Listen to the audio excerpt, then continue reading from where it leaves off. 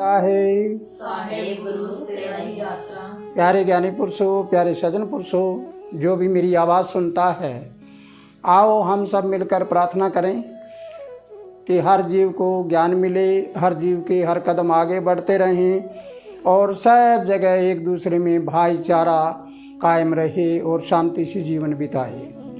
तो प्यारे सज्जन पुरुषों, प्यारे ज्ञानी पुरुषों, पिछली वीडियो में आपने सुना मन के बारे में, अज्ञानता के बारे में और हमारे अंदर कैसी कला किस प्रकार काम करती है। तो आइए आज इसका भाग नंबर 3 इसको जांचिए, पड़ताल करिए कि भाग नंबर 3 में आपको क्या मिलने वाला है, भाग नंबर 3 में आप क्या सुनने वाले हैं। इस वीडियो को अंत तक बड़े गौर से सुनना है और सुनकर इन दोनों भागों का जांच करना है कि दोनों भागों में क्या हो रहा है। आप सोच लीजिए कि मैं यहाँ पर बैठा हूँ, यानी आप यहाँ पर बैठे हो, आपके शरीर में पूरी तरह से ये ढांचा यहाँ पर समाया हुआ है। अब हम शुरुआत करते हैं पहले खाने की, जहाँ से ऊपर चला इसका 2 नंबर। मन ऊपर चंद्रमा है, इधर मन है, ये पिंडी मन है, अर्थात इस पिंड वाला शरीर वाला मन, नीचे को बहने वाला, यानी जो हम महीने के पखवाड़े में कहते हैं वो है अमावस्या वाला, यानी कृष्ण पक्ष।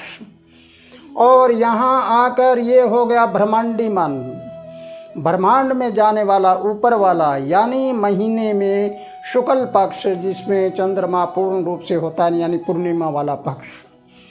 उसके आगे चलते हैं तो ऊपर मंगल है और इधर भय है, और यहाँ आते ही निर्भय हो जाते हैं।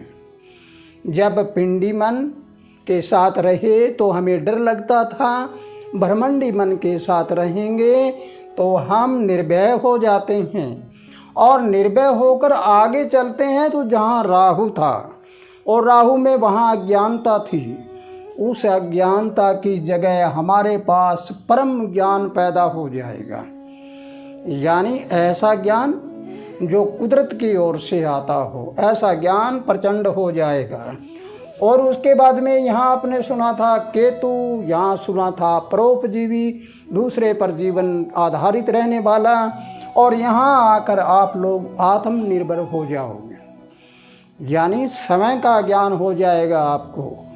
जब आत्मनिर्भर हो जाओगे तो फिर आपने यहाँ देखा बुद्ध, और वहाँ थी बुद्धि, और वो बुद्धि थी कुबुद्धि, क्योंकि वो पिंडी मन के साथ जुड़ी हुई थी। और यहाँ आकर ये बन गई सुबुद्धि। सुबुद्धि किसके साथ जुड़ी हुई है? ये जुड़ी हुई है ब्रह्मांडी मन के साथ। ब्रह्मांडी मन के साथ सुबुद्धि जुड़ी हुई है, तो हमारा जो ज्ञान है वो कहाँ परिवर्तन हो गया? वो आध्यात्म में परिवर्तन हो गया। आध्यात्म का मतलब होता है अध्ययन किया हुआ ज्ञान। एक ज्ञान 2 प्रकार के होते हैं, एक चुनभाव होता है, एक अनुभव होता है। और अनुभव के 2 भाग होते हैं, एक अनुभव होता है, एक अनुमान होता है। कुछ अनुमानित ज्ञान होते हैं और कुछ अनुभवी ज्ञान होते हैं। तो ये अनुभव का ज्ञान आप में पैदा होने के बाद आपके ज्ञान को कोई रोकने वाला नहीं होता। सब जगह जाओगे वो सच्चा ज्ञान और वो पक्का ज्ञान होगा, वही होगा पक्का सौदा। अब हम इस यहाँ पर चले शुक्र, और यहाँ पिंडी मन के साथ इसने क्या पैदा किया? भोग। भोगों से क्या होता है? संसार की संतान चलती है। लेकिन ये भोग अगर कुबुद्धि में मिल जाए और अज्ञानता में मिल जाए तो क्या होगा?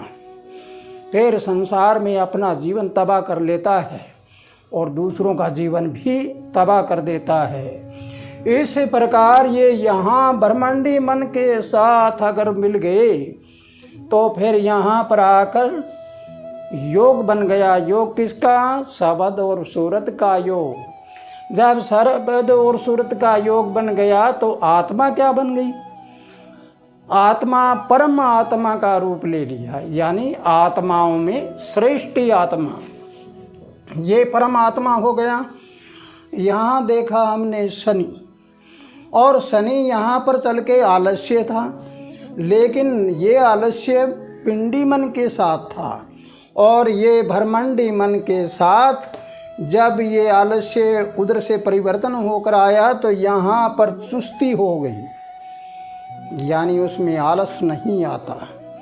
इस प्रकार अगर इस फार्मूले को, इस सूत्र को आपने समझा है तो आपके अंदर की सोई हुई कला तुरंत जाग जाएगी और आपको एक ऐसा रास्ता मिल जाएगा जिस रास्ते पे चलने के बाद आप पूर्ण रूप से उड़ारी खाने लग जाओगे। उड़ता हुआ पक्षी और एक पिंजरे में बंद पक्षी, दोनों में भारी अंतर होता है। पिंजरे वाले पक्षी को जो कुछ डालते हैं वही खा लेता है, वही पी लेता है, और आकाश में उड़ने वाले पक्षी को रास्ता पूछने की ज़रूरत नहीं। वो खुले आकाश में उड़ता है, जहाँ उसको बैठना होता है वहाँ बैठ जाते हैं।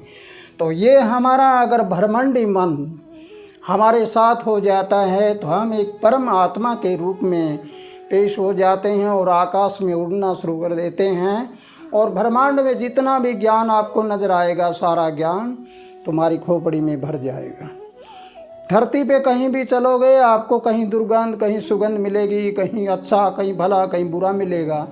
आकाश में उड़ोगे तो आकाश आपको बिल्कुल सुंदर, साफ सुंदर मिलेगा। इस बात को आपको पूरी तरह से समझना है। आप उड़ारी खाना है या धरती पे रहना है, ये तुम्हारे अपने हाथ में है। तो मेरे प्यारे बच्चों, अगर ये बात आपको समझ आई है तो इस वीडियो में ये 3 चरण हैं।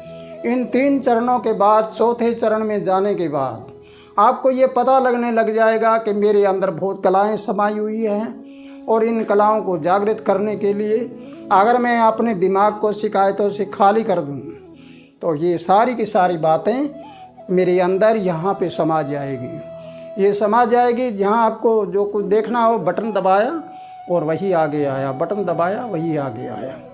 तो इस प्रकार प्यारे बच्चों, अगर ये वीडियो आपको समझ आई है तो ज़्यादा से ज़्यादा इसको आगे शेयर करिए, ज़्यादा, ताकि लोगों को ज़्यादा से ज़्यादा ज्ञान हो जाए और अंधेरे से दूर हो जाए और सब जगह शांति, खुशहाली, अमन, चैन हो जाए। इसी के साथ खुशहाल रहो, आनंद करते रहो। अगली वीडियो का इंतज़ार करिए। सत साहिब। गुरु तेरा ही आसरा।